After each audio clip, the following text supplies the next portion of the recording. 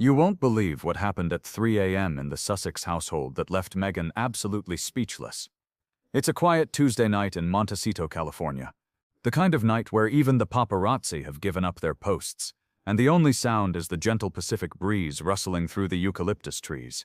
Meghan Markle Sussex is fast asleep next to her husband, Prince Harry, when suddenly, crash, she jolts awake to the sound of something falling in their bedroom. But that's not what makes her heart stop. It's what she hears next. "Mummy, Mummy, please." In the darkness, she can barely make out Harry's silhouette. But his voice is different, younger, desperate. It's not the voice of the 40-year-old Duke of Sussex she married. It's the voice of a 12-year-old boy who lost his mother in a Paris tunnel. But here's where the story gets absolutely incredible. Meghan reaches over to touch Harry's shoulder, and he's sitting bolt upright, eyes wide open, staring at something she can't see. His hands are trembling, and he keeps repeating the same words over and over. "I wasn't ready, Mummy. I wasn't ready to say goodbye."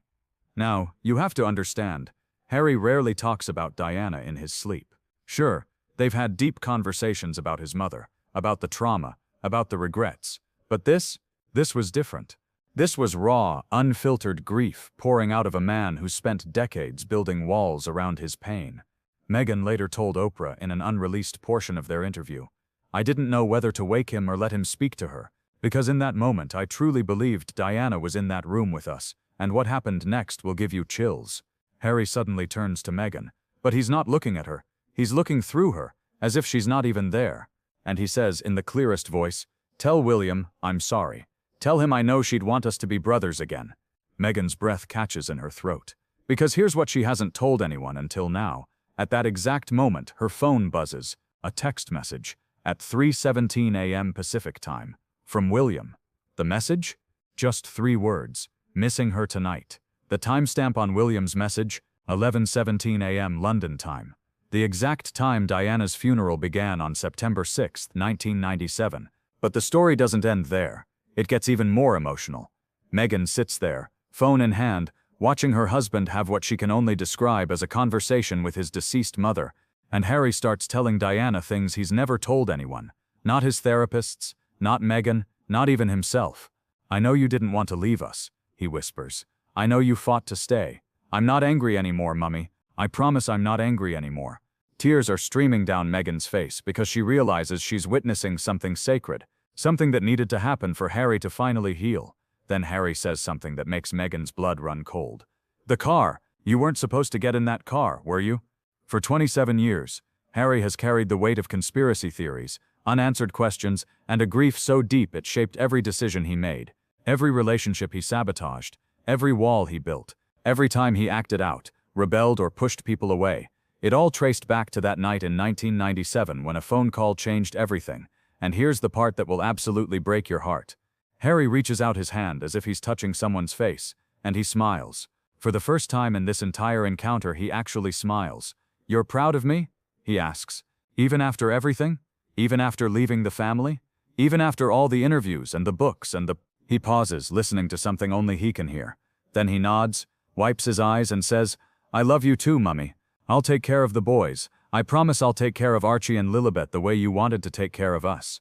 But here's where this story takes an incredible turn. The next morning, Harry wakes up with no memory of the conversation. None. Meghan shows him the text from William and Harry stares at it like he's seeing a ghost. Did I say something about William last night?" he asks. Meghan nods, tears in her eyes again. "You told me to tell him you were sorry, that Diana would want you to be brothers again." Harry is quiet for a long moment. Then he does something he hasn't done in 4 years. He picks up his phone and calls his brother. The conversation lasts 3 hours. And the most beautiful part? Here's what William later told Catherine. "It was like Harry came back to me. Not the angry Harry who left. Not the bitter Harry from the interviews. The real Harry. My little brother Harry. The one who used to crawl into my bed during thunderstorms and ask me to tell him stories about Mummy." William told Catherine that during their call, Harry mentioned things about Diana that only the two of them would know. Private jokes, secret conversations, moments from their childhood that they'd never shared with anyone. "It was like she was in the room with both of us," William said. But here's the twist that nobody saw coming. 3 weeks later, Meghan receives a package with no return address. Inside, a handwritten note on Kensington Palace letterhead. Thank you for taking care of my boy. Thank you for giving him the family he deserves. Thank you for helping him find his way back to his brother. A grateful grandmother. The handwriting? Elegant, precise, unmistakably royal. It was from Queen Elizabeth herself, written just days before she passed away. And here's why this story matters more than you think. See, what happened that night wasn't just about Harry processing grief. It wasn't just about a supernatural encounter or a coincidental text message. It was about a mother's love transcending death, to heal her broken sons.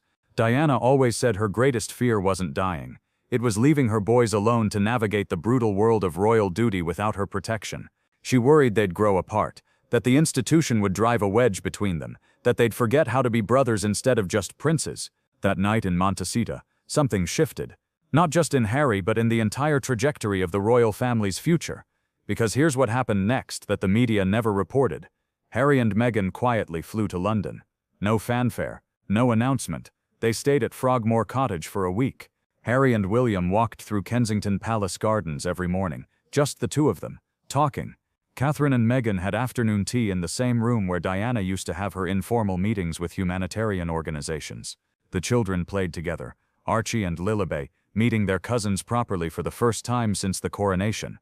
And on their last night, Harry and William did something they hadn't done since they were teenagers.